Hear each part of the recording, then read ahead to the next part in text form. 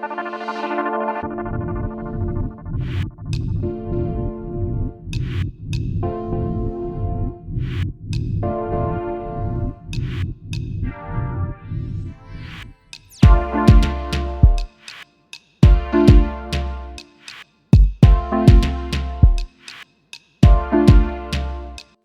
Mandalika tampaknya tidak akan lagi menyelenggarakan balapan World Superbike karena merugikan.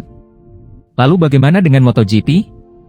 Penyelenggaraan balap World Superbike di sirkuit Mandalika rupanya menyisakan kerugian yang cukup besar.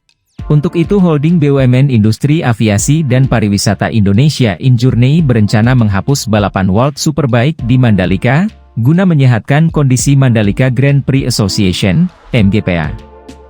Menurut Direktur Utama Injourney, Doni Oskaria dalam rapat dengar pendapat dengan Komisi 6 DPR RI yang dilakukan adalah renegosiasi menghilangkan World Superbike. Karena World Superbike eventnya tidak menarik secara sponsorship. Jika tetap dilaksanakan maka penyelenggara akan merugi sekitar 100 miliar rupiah. Sirkuit Mandalika diketahui tidak hanya menggelar ajang World Superbike. Balap motor dunia MotoGP juga dihelat di sana. Tahun ini, sirkuit Mandalika masih masuk dalam kalender MotoGP. Lalu akankah nasib penyelenggaraan MotoGP di Mandalika bakal ikut di stop seperti World Superbike? Sejauh ini, Doni belum menjelaskan secara mendetail. Kendati demikian, penyelenggaraan MotoGP sebenarnya juga menyisakan kerugian.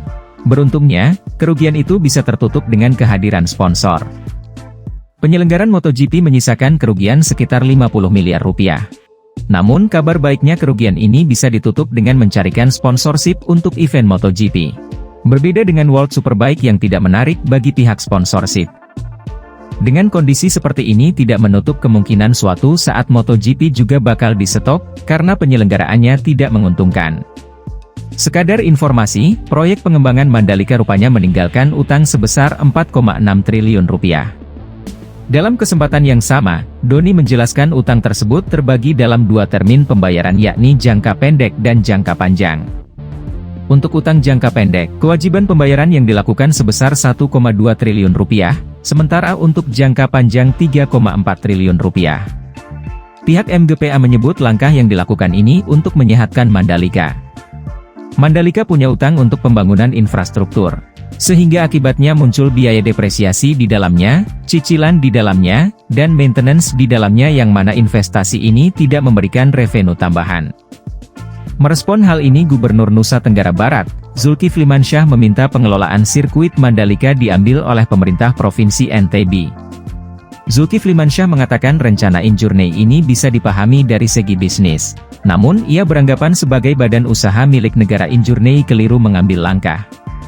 Jangankan World Superbike dan MotoGP, banyak yang lain bisa kami lakukan dengan sirkuit luar biasa ini, kata Gubernur NTB tersebut.